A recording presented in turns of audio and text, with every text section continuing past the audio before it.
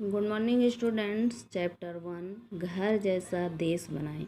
इस चैप्टर का मैंने एक्सप्लेनेशन क्लास में ही किया था। आप लोग जब क्लास चल रही थी, बच्चे जब स्कूल आ रहे थे, उस समय मैंने इसका एक्सप्लेन किया था।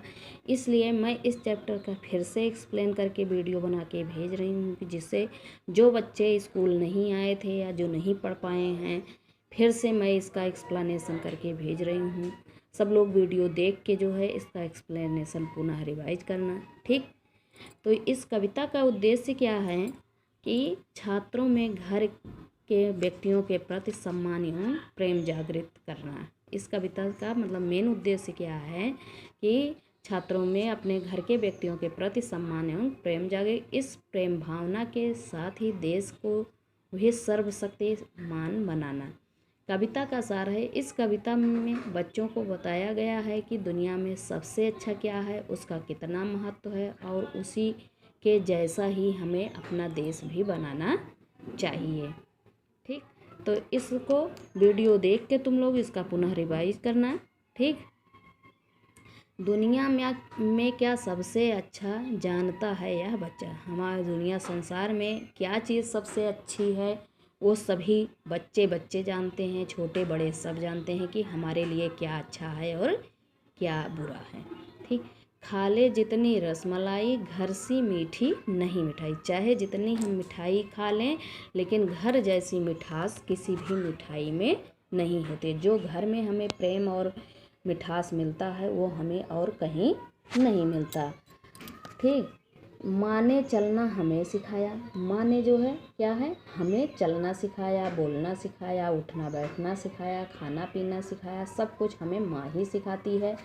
पाल पोस कर हमें बढ़ाया। पाल पोस कर मतलब हमारा लालन पालन करके हमको बड़ा किया। ठीक, संग पिता के खेले कूदे, और हम किसके साथ खेले कूदे हैं, अपने पिता के साथ। देखें उन संग कितने मेले, और हम उनके साथ, संग माने साथ, कितने मेले मतलब घूमे हैं, टहले हैं, उसी को मतलब देखे हैं। दादाजी की पकड़ छड़ी, और दादाजी के, दादा मतलब घर में कौन है, बाबा जैसे, उनकी छड़ी को पकड़कर हमने बागों की सैर करी। मतलब बागों की सैर करी है, मतलब सैर माने घूमना, घूमे टहले हैं बाबा जी की छड़ी को पकड़कर। दादाजी की बात दादी जी की बात निराली, उनके संग हर दिन दिवाली। और जो घर में दादी होती हैं वो बच्चों से बहुत ज़्यादा प्रेम करती हैं। उनके साथ जब हम रहते हैं तो लगता है कि हर दिन खुशियों से भरा होता है, जैसे हम दिवाली मना रहे हों।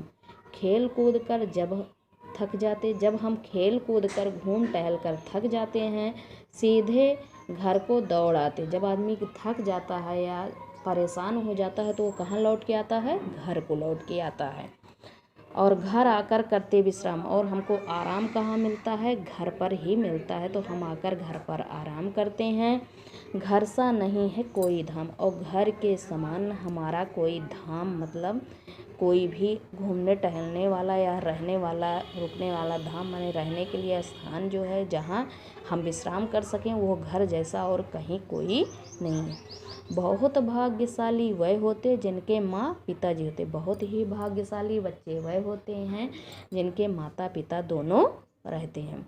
चोट जरा सी यदि लग जाए, सर से पाँव तक सहलाए। अगर हमको जरा सा भी चोट लग जाए तो वो हमारे सर से लेकर पाँव तक को सहलाते हैं। जहाँ चोट लगी है वहाँ भी, और इसके अलावा पूरे शरीर को सहलाते हैं। घर है खुशियों का भंडार। हमारा घर क्या है, वो खुशियों का भंडार मतलब भरा हुआ है। ठीक, भाई बहन का इसमें प्यार, घर में भाई बहन का प्यार मिलता है। स्वार्थ त्याग कर रहते कैसे, उस घर में हम स्वार्थ को त्याग कर रहते हैं। स्वार्थ मतलब जो है अपना ही देखना, जैसे किसी को अपने लिए ही हर चीज़ करना, तो उसको छोड़ के हम घर में रहते हैं। घर में हैं सब रहते जैसे घर में हम लोग स्वार्थ को त्याग कर रहते हैं। घर हमको है सीख सिखाता। घर हमको यह शिक्षा देता है कि प्रेम से रहना हमें सिखलाता। प्रेम से हमें जो है घर परिवार से ही शिक्षा मिलती है कि प्रेम से कैसे रहना चाहिए। घर सा पूरा देश बनाएं, देश को घर जैसा महक। घर सा पूरा, हम घर जैसा ही पूरे देश को माने और बनाएं, और देश को घर जैसा, जैसे हम घर को महकाते हैं उसी तरह हमें देश को भी महकाना चाहिए। इस कविता के रचयिता कौन हैं? अशोक लव। ठीक, इसका एक्सप्लेनेशन तुम लोग फिर से रिवाइज करना। ठीक, इसकी वर्ड मीनिंग लर्न करना। ठीक, उसके बाद मैं इसकी एक्सरसाइज भी बताऊंगी। जिसका नहीं कंप्लीट होगा वो फिर से कंप्लीट कर लेगा, जिसका कंप्लीट होगा उसके कोई बात नहीं है, और जिसका नहीं कंप्लीट है वो फिर से कंप्लीट करेंगे। Thank you, have a nice day.